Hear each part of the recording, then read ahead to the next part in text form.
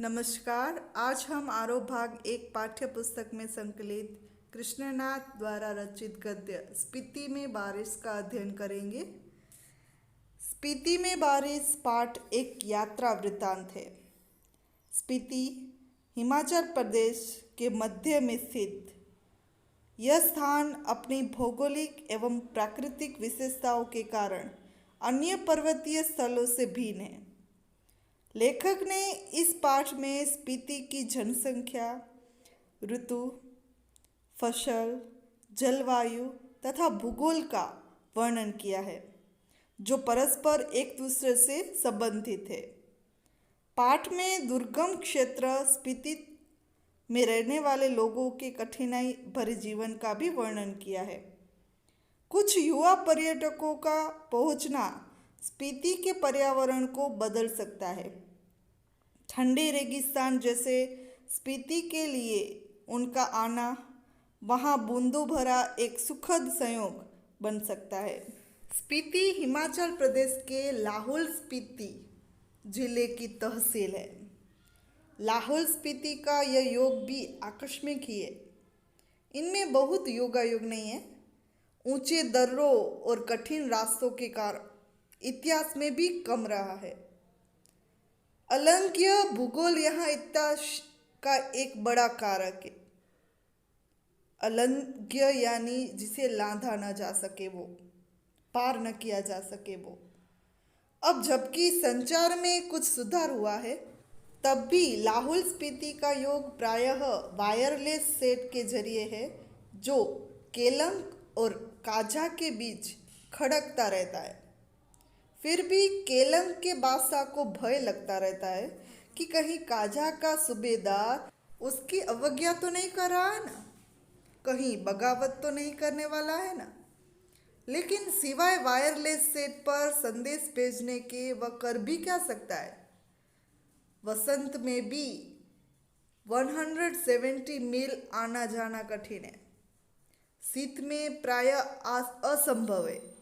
अब वसंत यानी फूलों का मौसम, जब फूल नए नए खिलते उसमें भी कठिन होता है, तो ठंड में तो बहुत ही कठिन होगा। प्राचीन काल में शायद स्पीति भारतीय साम्राज्यों का अनाम अंग रही है। जब ये साम्राज्य टूटे तो यह स्वतंत्र रही है। फिर मध्य युग में प्रायः लद्दाख मंडल और कभी कश्मीर मंडल, कभी बुसहर मंडल, कभी कुल्लू मंडल, कभी ब्रिटिश भारत के तहत रही है। तब भी प्रायः स्वायत्त रही है। इसकी स्वायत्तता भूगोल ने सिरजी है।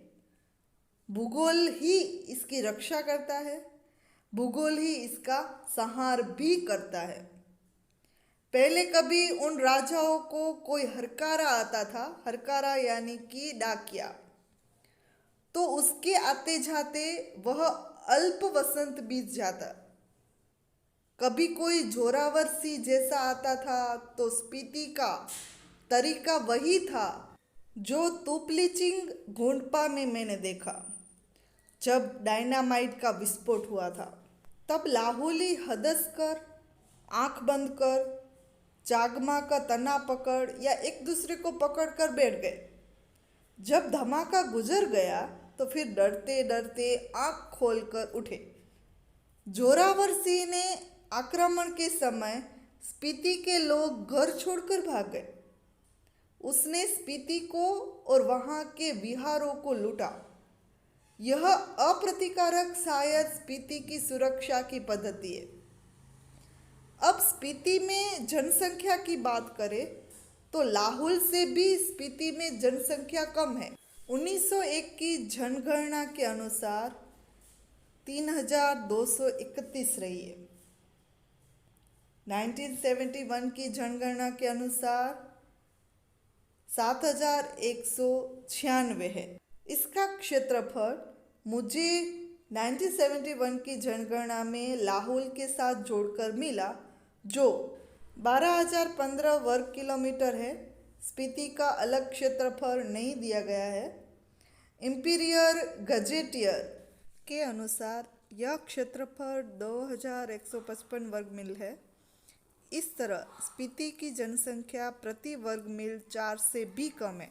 1901 में यह प्रति वर्ग मील 2 से भी कम थी। लाहौल स्पीति का प्रशासन ब्रिटिश राज से भारत को जस का तस मिला। अंग्रेजों को यह 1846 ईस्वी सन में कश्मीर के राजा गुलाब सिंह के जरिए मिला। अंग्रेज इनके जरिए पश्चिमी तिब्बत के ऊन वाले क्षेत्र में प्रवेश चाहते थे। तिब्बत में अंग्रेजी साम्राज्य के दूरगामी हित भी थे। जो भी हो, 1846 में कुल्लू, लाहौल, स्पीति ब्रिटिश अधीनता में आए। पहले सुपरिटेंडेंट के अधीन थे, फिर 1847 में वे कांगड़ा जिले में शरीक कर दिए गए। लद्दाख मंडल के दिनों में भी स्पीति का शासन एक नोनो द्वारा चलाया जाता था। नोनो यानी स्थानीय शासक। ब्रिटिश भारत में भी कुल्लू के असिस्टेंट कमिश्नर के समर्थन में यह नोनो कार्य करता रहा। इसका अधिकार क्षेत्र केवल द्वितीय दर्जे के मजिस्ट्रेट के बराबर था, लेकिन स्पीति के लोग इसे अपना राजा ही मानते थे। राजा नहीं है तो दमयंती जी को रानी मानते थे। 1873 में स्पीति रेगुलेशन पास हुआ, जिसके तहत लाहौल और स्पीति को विशेष दर्जा दिया गया। ब्रिटिश भारत के अन्य कानून यहाँ नहीं लागू होते थे। रेगुलेशन के अधीन प्रशासन के अधिकार नोनो को दिए गए, जिनमें मालगुजारी इकट्ठा करना और छोटे छोटे फौजदारी के मुकदमों का फैसला करना ही शामिल था। इसके ऊपर के मामले वह कमिश्नर के पास भेज देता था। उन दिनों लाहौल स्पीति का वृत्तांत कांगड़ा जिले के अंतर्गत कुल्लू तहसील में मिलता है। स्वराज्य के बाद 1960 में लाहौल स्पीति पंजाब राज्य के अंतर्गत एक अलग जिला बना दिया गया, जिसका केंद्र केलंग में है। 1966 में जब हिमाचल प्रदेश राज्य बना तो लाहौल स्पीति उसका उत्तरी छोर का जिला हो गया। यह देश का सबसे अधिक दुर्गम क्षेत्र है। स्पीति 31.42 और 32.59 अक्षांश उत्तर और 77.26 और 78.42 पूर्व देशांत के बीच स्थित है। यह चारों ओर से ऊंचे ऊंचे पहाड़ों का कैदी है। इन पहाड़ों की औसत ऊंचाई 18,000 फीट है। यह पहाड़ उसे पूर्व में तिब्बत, पश्चिम में लाहौल और दक्षिण में किन्नौर और उत्तर में लद्दाख से अलग करते हैं। इसकी मुख्य घाटी इसी नाम की स्पीति नदी की घाटी है। स्पीति पश्चिम हिमाचल में लगभग 16,000 फीट की ऊंचाई से निकलकर पूर्व में तिब्बत में बहती है। वहां से स्पीति में आती है। स्पीति से बहकर पुराने रामपुर बुसहर राज्य में अब किन्नौर जिले में बहती हुई सतलुज पे मिलती है। मेरी स्पीति नदी से प्रीति है। स्पीति में मैं सिर्फ इसी नदी को पहचानता हूँ। सुनता हूँ कि कोई पारा नदी भी है, फिर घाटी है। स्पीति के अलावा पिन की घाटी प्रसिद्ध है। मान भाई से इसका किस्सा सुना है। अत्यंत बिहड़ और वीरान है। इनमें से शायद स्पीति की घाटी ही आबाद है। जैसी वह आबाद है वह आप देख ही रहे हैं। प्रति वर्ग मील 4 से भी कम लोग बसते हैं वहाँ। अचरज यह नहीं है कि इसमें कम लोग क्यों हैं। अचरज ये है कि इतने लोग भी कैसे बसे हुए हैं। मैंने जब भी स्पीति की विपत्ति बताई है तो लोगों ने यही पूछा है कि आखिर तब लोग वहाँ रहते क्यों हैं। 8-9 महीने शेष दुनिया से कटे हुए हैं, ठंड में ठिठुर रहे हैं, सिर्फ एक फसल उगाते हैं। लकड़ी भी नहीं है कि घर गर्म कर सके। वृत्ति नहीं है, फिर क्यों रहते हैं? क्या अपने धर्म की रक्षा के लिए रहते हैं? अपनी जन्मभूमि के ममत्व के कारण रहते हैं? क्या इस मजबूरी में रहते हैं कि कहीं और जा नहीं सकते? कहाँ जाए? या फिर और बातें के साथ साथ यह सब कारण है? मैं नहीं जानता। मैं तो इतना ही देखता हूँ कि यहाँ रह रहे हैं इसलिए रह रहे हैं और कोई तर्क नहीं है। तर्क से हम किसी चीज को भले सिद्ध कर सके, स्पीति में रहने को नहीं सिद्ध कर सकते। लेकिन तर्क का इतना मोह क्यों? ज्यादा करके संसार और निर्वाण अतर्क्य है, तर्क से परे हैं। स्पीति नदी के साथ साथ मेरा थोड़ा परिचय स्पीति के पहाड़ों का भी है। स्पीति के पहाड़ लाहौल से ज़्यादा ऊंचे, नंगे और भव्य है। इनके सिरों पर स्पीति के नर नारियों का आर्तनाद जमा हुआ है। शिव का अट्टहास नहीं, हिम का आर्तनाद, ठिठुरन है, गलन है और व्यथा है। इस व्यथा की कथा इन पहाड़ों की ऊंचाई के आंकड़ों में नहीं कही जा सकती। फिर भी जो सुंदरता को इंच में मापने के अभ्यासी है, वे भला पहाड़ को कैसे बख्श सकते हैं? वे यह जान ले कि स्पीति मध्य हिमालय की घाटी है, जिसे वे हिमालय जानते हैं। स्केटिंग, सौंदर्य प्रतियोगिता, आइसक्रीम और छोले भटूरे का कुल्लू मनाली, शिमला, मसूरी, नैनीताल, श्रीनगर वह सब हिमालय नहीं है, हिमालय का तलुआ है। शिवालिक या पीर पंचाल का ऐसा ही कुछ उसका नाम है। यह तलहटी है। रोहतांग जोत के पार मध्य हिमालय है। इसमें ही लाहौल स्पीति की घाटियाँ हैं। इन घाटियों की औसत ऊंचाई नापी गई है। श्री कनिंघम के अनुसार लाहौल की समुद्र की सतह से ऊंचाई 10,535 फीट है। स्पीति की 12,986 फीट है, यानी लगभग 13,000 फीट तो औसत ऊंचाई है। मध्य हिमालय की जो श्रेणियां स्पीति को घेरे हुए हैं, उनमें से जो उत्तर में है उसे बारालाचा श्रेणियों का विस्तार समझे। बारालाचा दर्रे की ऊंचाई का अनुमान 16,221 फीट से लगातार 16,500 फीट का लगाया गया है। इस पर्वतीय क्षेत्र में दो चोटियों की ऊंचाई 21,000 फीट से अधिक है। दक्षिण में जो श्रेणी है वह माने श्रेणी कहलाती है। इसका क्या अर्थ है? कहीं यह बौद्धों के माने मंत्र के नाम पर तो नहीं है? ओ मणि पद में हूँ, इनका बीज मंत्र है। इसका बड़ा महात्म्य है। इसे एक संक्षेप में माने कहते हैं। कहीं इस श्रेणी का नाम इस माने के नाम पर तो नहीं है? अगर नहीं है तो करने जैसा है। यहाँ इन पहाड़ियों में माने का इतना जाप हुआ है कि यह नाम उन श्रेणियों को दे डालने ही सहज है। इंपीरियल गजेटियर में माने श्रेणी की ऊंचाई 21,646 फीट बताई गई है। यह तो इस श्रेणी की किसी चोटी की ऊंचाई होगी। पूरी श्रेणी की ऊंचाई तो एक नहीं होगी। इसमें जो छोटी छोटी चोटियां हैं उनकी ऊंचाई भी 17,000 फीट से अधिक है। कई गांव समुद्र की सतह से 13,000 फीट से ऊंचे बसे हैं। एक या दो 14,000 फीट पर बसे हुए हैं। यह मध्य हिमालय है। इसमें स्पीति स्थित है। इसके पार बाया हिमालय दिखता है, जिसकी एक चोटी 23,064 फीट ऊंची बताई जाती है। इसमें कई चोटियाँ 20,000 फीट से अधिक ऊंची है। मैं ऊंचाई के माप के चक्कर में नहीं हूँ, न इससे होड़ लगाने के पक्ष में हूँ। वह एक बार लोसर में जो कर लिया सो बस है। इन ऊंचाइयों से होड़ लगाना मृत्यु है।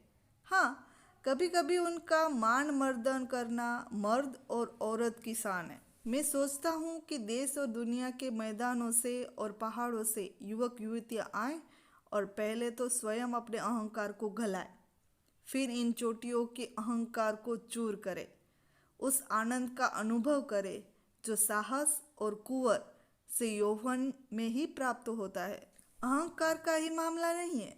ये माने की चोटियाँ बुढ़े लामाओं के झाप से उदास हो गई है। युवक युवतियाँ किलोल करे तो यह भी हर्षित हो। अभी तो इन पर स्पीति का आर्तनाद जमा हुआ है। वह इस युवा अठास्य की गर्मी से कुछ तो पिघले। यह एक युवा निमंत्रण है। लाहौल की तरह ही स्पीति में भी दो ही ऋतुएं होती है। कहीं मैंने षड ऋतुओं का बखान किया है, वह अभ्यास दोषों के कारण है। यहाँ जून से सितंबर तक ही एक ही अल्पकालिक वसंत ऋतु है, शेष वर्ष शीत ऋतु होती है।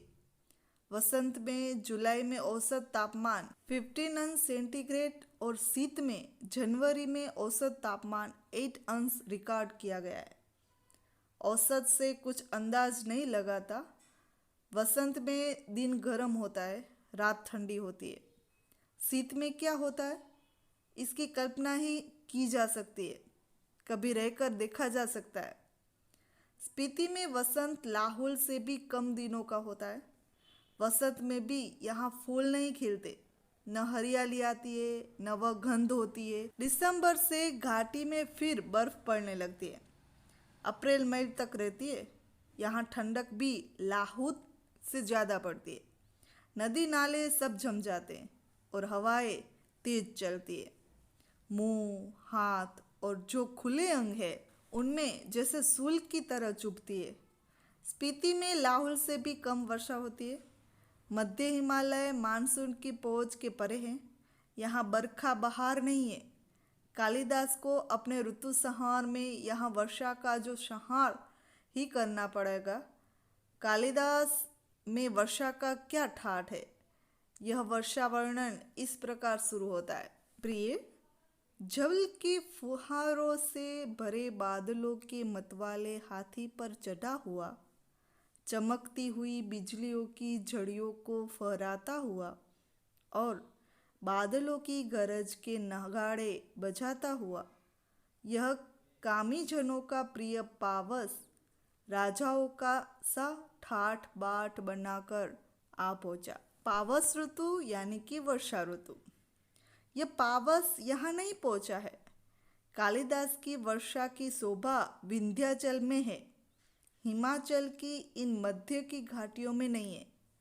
मैं नहीं जानता कि इसका लालित्य लाहौल स्पीति के नर नारी समझ भी पाएंगे या नहीं। वर्षा उनके संवेदन का अंग नहीं है।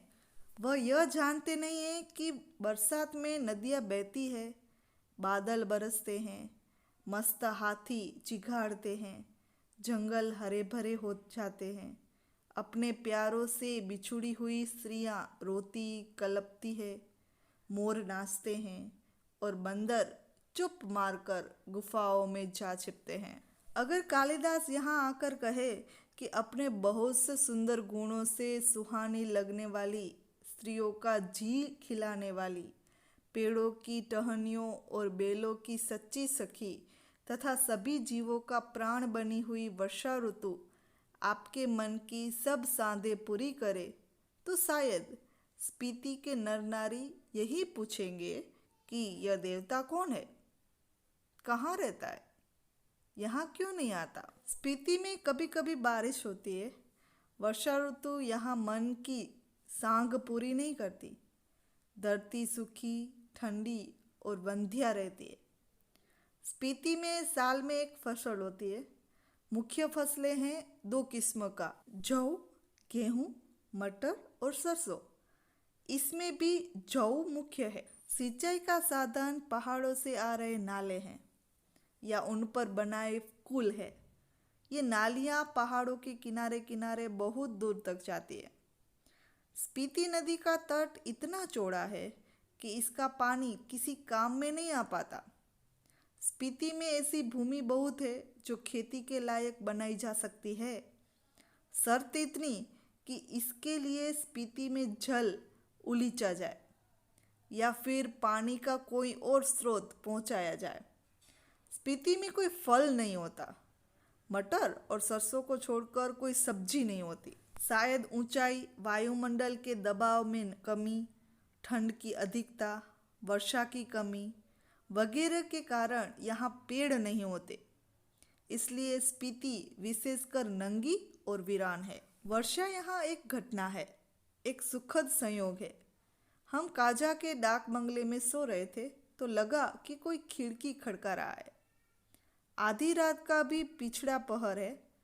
इस समय कौन है? लैंप की लो तेज की। खिड़की का एक पल्ला खोला तो तेज हवा का झोंका मुंह और हाथ को जैसे छीलने लगा। मैंने पल्ला भिड़ा दिया, उसकी आड़ से देखने लगा। देखा कि बारिश हो रही थी। मैं उसे देख नहीं रहा था, सुन रहा था। अंधेरा, ठंड और हवा का झोंका आ रहा था, जैसे बर्फ का अंश लिए तुषार जैसी बूंदें पड़ रही थी, जैसे नगाड़े पर थाप पड़ रही थी। दुंग छेन को हवा बजा रही थी। महाशंख की ध्वनि घाटी में तैर रही थी। स्पीति की घाटी में वर्षा हो रही थी। कमरे में ठंड बढ़ रही थी। मैं बिस्तर में पड़ा पड़ा मालूम नहीं कब सो गया। सुबह उठा, चाय पीते पीते सुना कि स्पीति के लोग कह रहे थे कि हमारी यात्रा शुभ है। स्पीति में बहुत दिनों बाद बारिश हुई है। यहाँ पर हमारा ये गद्य पूरा होता है। धन्यवाद।